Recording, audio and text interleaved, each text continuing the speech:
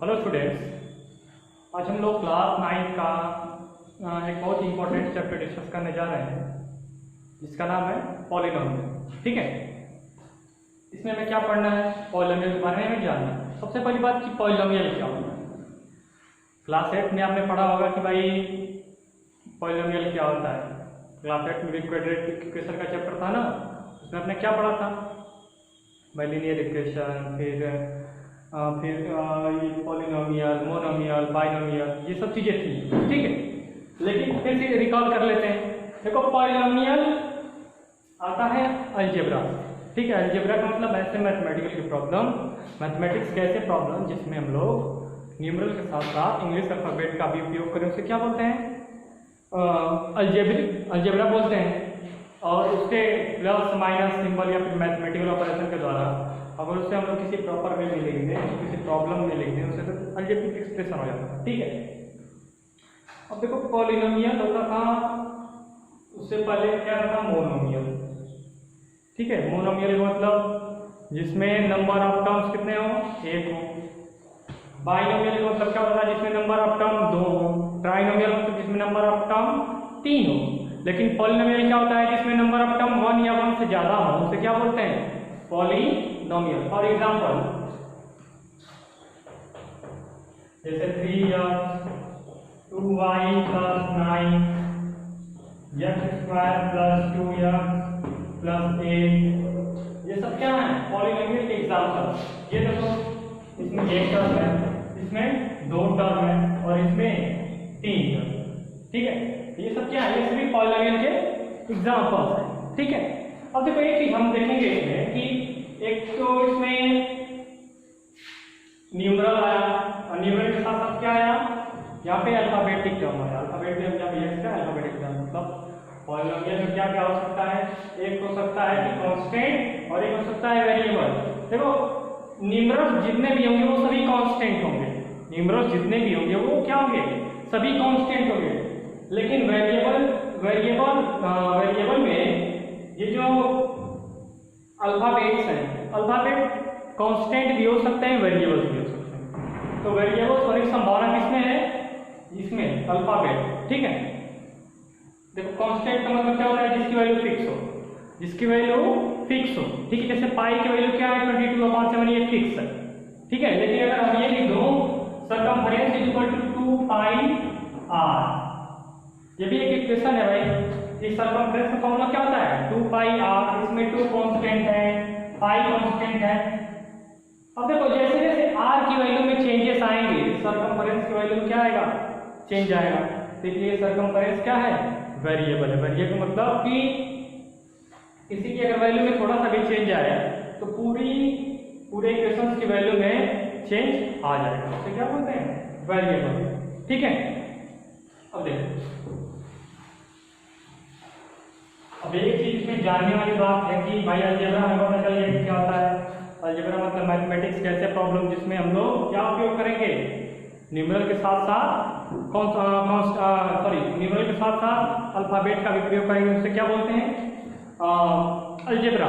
लेकिन देखो, algebraic expression क्या होता है? अगर बात करें अलजेब्रिक एक्सप्रेशन की तो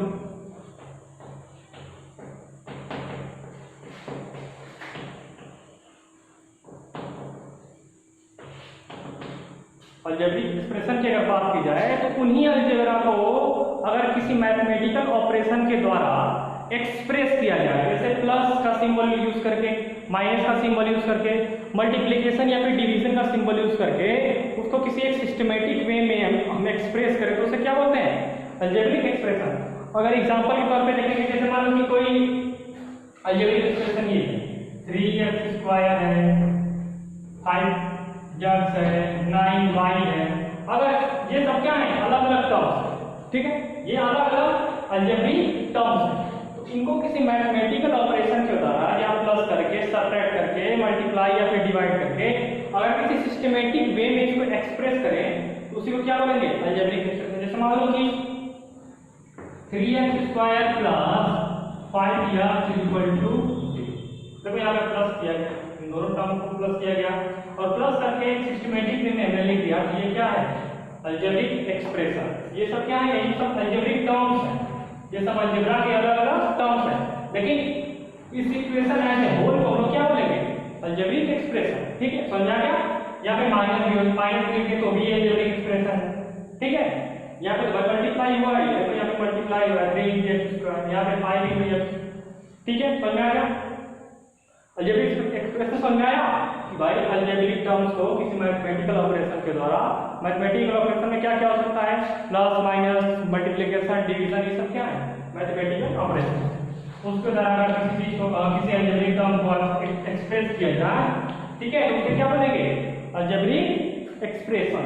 ठीक है, अलजेब्रिक एक्सप्रेशन का टर्म समझ में आता है कि जैसे मान लो ये एग्जांपल, जैसे मान लो किसी अलजेब्रिक एक्सप्रेशन का ये एग्जांपल लिखते हैं कि 3x³ + 9x² + 32x + 10, ये हमारा क्या है, एक अलजेब्रिक एक्सप्रेशन।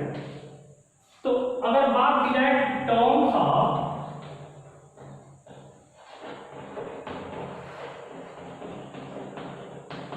अलजेब्रिक एक्सप्रेशन,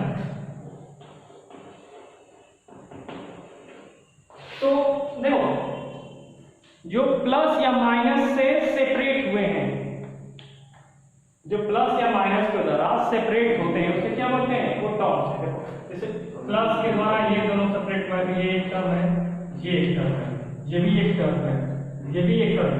लेकिन ये 3 इंटू, ये अगर इंटू और या फिर डिवीजन हो, मल्टीप्लिकेशन या फिर डिवीजन हो, तो सब मिला के एक ही टर्म होगा, अलग अलग टर्म नहीं होगा। अलग टर्म कब होगा, जब एडिशन हुआ हो या फिर सबट्रैक्शन हुआ। इसमें कितने टर्म्स हैं, एक टर्म ये, एक टर्म ये, एक टर्म ये और एक टर्म ये, टोटल टर्म्स कितने हैं बोलो, टोटल टर्म्स हैं इसके 4। ठीक है, फॉर एग्जांपल एक और एग्जांपल लेते हैं, आप लोग बताइएगा। ठीक है, ये अगर ये है कि 3x³ + 9x + 2, ठीक है, इसमें कितने टर्म्स है, एक टर्म ये हो गया, एक टर्म ये हो गया और एक टर्म ये, कितने टर्म हुए 3।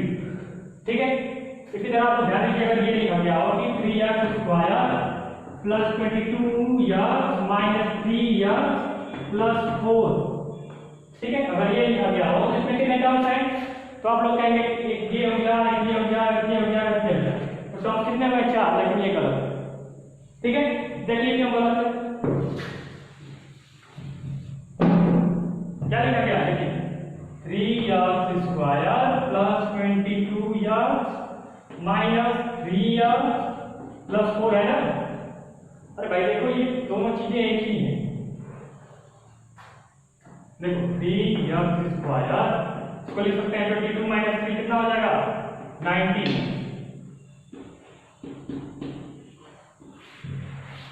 ठीक है, इसमें कितने टर्म्स हुए 3। ठीक है, समझ में आ गया, कितने टर्म्स हुए 3। तो एक भी चीज का ध्यान रखना है कि हड़बड़ी में गलती नहीं करना है, पहले इसको एक्सप्रेशन को ध्यान से समझना है, उसके बाद बताना है कि कितने इसमें टर्म्स हैं, कितने टर्म्स नहीं है। ठीक है, समझ में आया, अच्छा।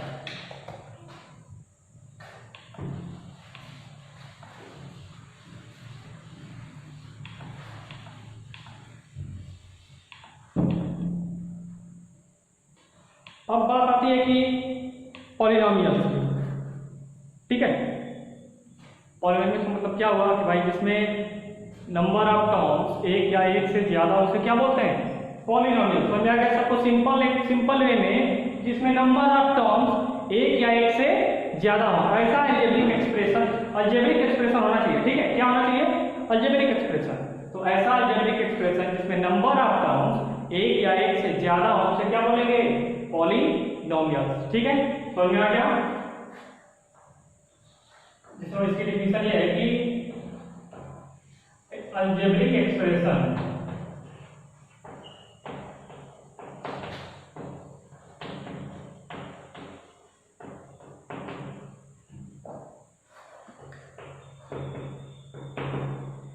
containing at least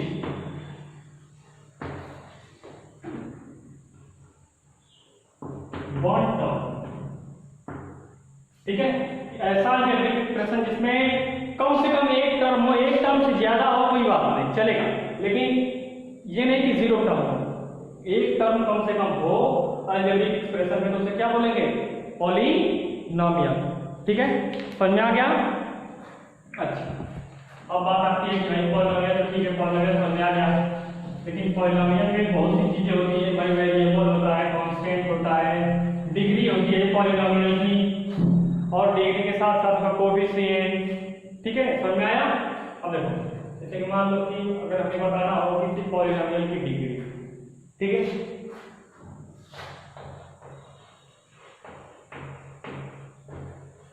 degree of polynomial,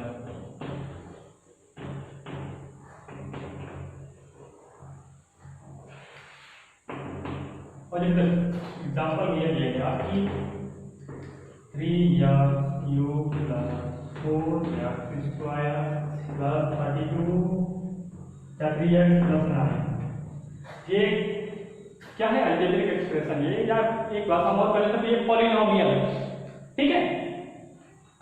तो डिग्री का मतलब होता है कि सबसे पहले डिग्री निकालने से पहले जो भी एक्सप्रेशन दिया होगा हमें इसमें ये फाइंड करना होगा कि उसमें वेरिएबल क्या फाइंड करना होगा, वेरिएबल क्या है। और एक बात और बता दूं आपको कि वेरिएबल हमेशा क्या होगा, अल्फाबेटिक पार्ट होगा। अल्फाबेटिक पार्ट मतलब ABC XYZ इस टाइप के कुछ इंग्लिश के अल्फाबेट होंगे, वही क्या होंगे, वेरिएबल्स हो सकते हैं, न्यूमरल्स कभी वेरिएबल नहीं होंगे, ठीक है, समझ में आया आपको।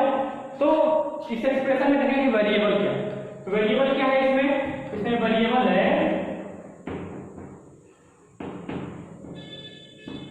यक्स, क्या वेरिएबल है इसमें, यक्स वेरिएबल है। तो डिग्री किसी पॉलिनोमियल की निकालने से पहले क्या देखेंगे कि वेरिएबल क्या है, फिर उसके बाद जो भी वेरिएबल है उसकी सबसे मैक्सिमम पावर क्या है। तो वेरिएबल क्या है, यहाँ पे वेरिएबल एक्स है, यहाँ पे वेरिएबल एक्स है, यहाँ पे वेरिएबल एक्स है, लेकिन इन तीनों वेरिएबल्स में जिसकी पावर सबसे ज्यादा होगी वही पावर उसकी क्या होगी, डिग्री। देखो इन तीनों में किसकी पावर सबसे ज्यादा है, सबसे ज्यादा पावर का नाम क्या है, x³ या ये कहें x³, तो यही इसकी क्या होगी, डिग्री। जो सबसे मैक्सिमम पावर होगी वही उसकी क्या होगी, डिग्री। तो इसकी डिग्री क्या है, इसकी डिग्री है 3, ठीक है, समझ में आया। इसकी डिग्री क्या है, 3।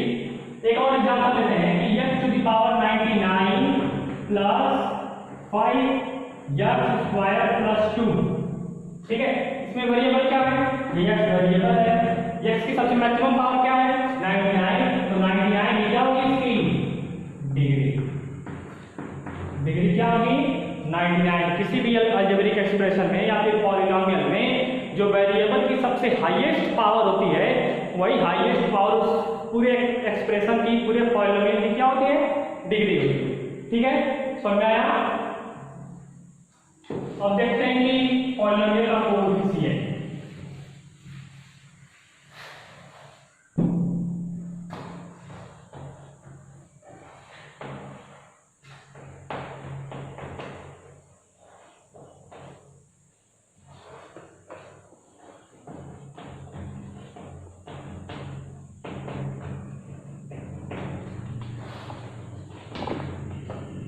कोएफिशिएंट ऑफ पॉलिनोमियल, किसी पॉलिनोमियल का कोएफिशिएंट क्या होता है हमें ये जानना है, ठीक है। जैसे मान लो कि एग्जांपल दिया गया हो कि 9x⁴ + 23x⁴ + 92x⁴ + 52x + 30। अगर ये हमें दिया जाए, एक एक्सप्रेशन है, एक पॉलिनोमियल है, ये दिया गया है, अगर पूछ दिया जाए find the coefficient of x⁴, find the coefficient of x⁴, अगर ये पूछ दिया जाए तो सबसे पहले देखें कि x⁴ इस एक्सप्रेशन में है कि नहीं। तो x⁴ इस एक्सप्रेशन में है, ये यहाँ पे देखो है ना, तो कहेंगे भाई हाँ x⁴ इस एक्सप्रेशन में अवेलेबल है, ठीक है। उसके बाद जब अवेलेबल है, भाई पूछा गया कि कोएफिशिएंट ऑफ x⁴ बताइए, तो कोएफिशिएंट x⁴ का वही होगा जो उसके सामने कांस्टेंट होगा, समझ आया। किसी भी वेरिएबल का कांस्टेंट x⁴ का कांस्टेंट क्या होगा, x⁴ के सामने x⁴ के ठीक सामने जो कांस्टेंट वैल्यू होगी वही उसका क्या होता है, कोफिशिएंट। तो कोफिशिएंट इसका क्या होगा, देखो कोएफिशिएंट ऑफ x⁴ इज 9, क्या है 9। और बात करें कोफिशिएंट ऑफ x⁴ के ठीक सामने कांस्टेंट क्या है 23, तो इसका कोफिशिएंट क्या होगा 23। जब स्क्वायर कोफिशिएंट क्या होगा, तो x² के सामने क्या है 92, इसका कोफिशिएंट होगा 92। x का कोफिशिएंट क्या होगा 52 और x⁴ कोफिशिएंट क्या होगा 30। x⁴ मतलब 1, ठीक है, समझ में आया। कोफिशिएंट को समझ में आ गया कि किस चीज का कोफिशिएंट क्या होता है, कि उसके ठीक सामने जो भी कांस्टेंट नंबर होगा वही उसका क्या होगा कोएफिशिएंट, ठीक है, समझा क्या। अच्छा, अब देखो, अब डिग्री के आधार पे हम लोग बताएंगे कि पॉलिनोमियल कैसा है, लीनियर है, क्वाड्रेटिक है, क्यूबिक है, ठीक है, इस तरह हम लोग बताएंगे।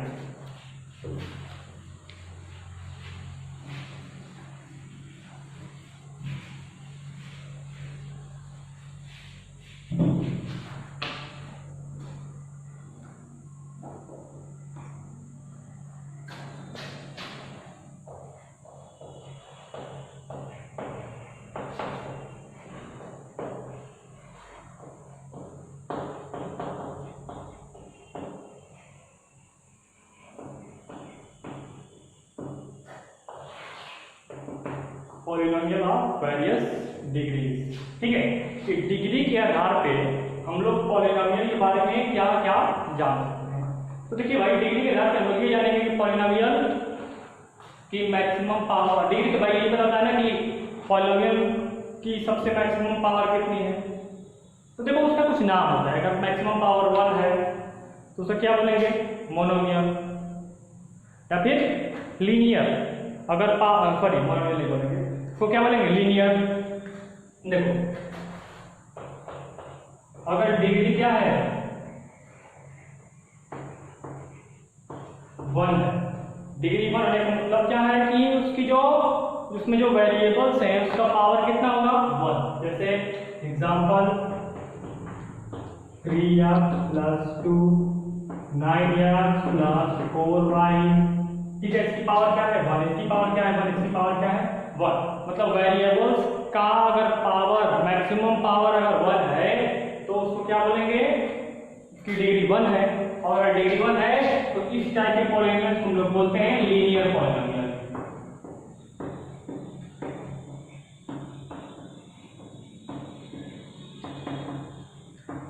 क्या बोलते हैं इस टाइप के पॉलिनोमियल को, क्या बोलते हैं लीनियर पॉलिनोमियल। लीनियर पॉलिनोमियल का मतलब क्या हो गया कि लीनियर पॉलिनोमियल उस पॉलिनोमियल कहते हैं, उस अलजेब्रिक एक्सप्रेशन को कहते हैं जिसकी डिग्री क्या हो 1, ठीक है, समझ में आया। अच्छा, अगर डिग्री 2 हो तो, अगर डिग्री 2 हो तो उसे क्या बोलेंगे, एग्जांपल लेते हैं डिग्री 2 का, जैसे 3x² + 32x + 1। तो वो की वेरिएबल क्या है x, मैक्सिमम पावर क्या है 2, तो डिग्री क्या हो गई 2, ठीक है। तो जब डिग्री 2 हो गई तो इस टाइप के पॉलिनोमियल को हम बोलते हैं क्वाड्रेटिक पॉलिनोमियल।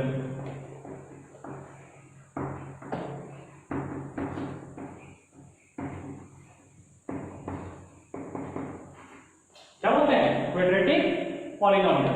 और ठीक इसी तरह अगर डिग्री 3 है तो क्यूबिक पॉलिनोमियल।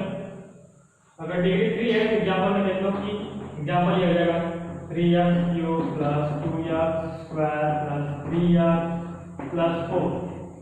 वेरिएबल क्या है x, मैक्सिमम पावर क्या है 3, तो मैक्सिमम पावर 3 है, डिग्री भी क्या हो गई 3, तो इस टाइप के पॉलिनोमियल को क्या बोलेंगे क्यूबिक पॉलिनोमियल।